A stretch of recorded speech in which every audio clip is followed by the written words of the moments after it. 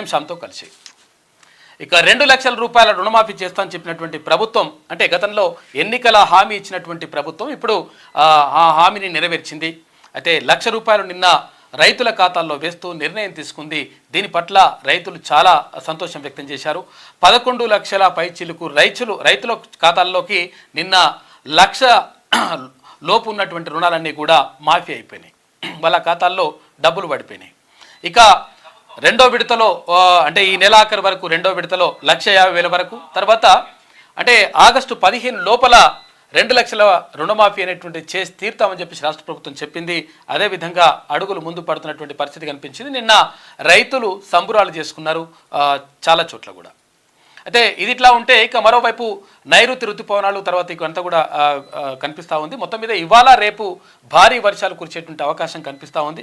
ఇక నిన్న ఖమ్మం జిల్లాలో ఉమ్మడి ఖమ్మం జిల్లా భద్రాద్రి జిల్లాలో కురిసినటువంటి భారీ వర్షాలకు అక్కడ ఉన్నటువంటి వాగులు వంకలు పొంగిపోర్లినాయి. దీంతో అక్కడ అశ్వరావుపేట దగ్గర కొంత 25 మంది జలదిగ్బంధంలో చిక్కుకున్నారు. పెద్దవాగు దగ్గర చిక్కుకుంటే వాళ్ళని హెలికాప్టర్ ద్వారా వాళ్ళని సురక్షితంగా బయటకు తీసుకొచ్చేసినారు.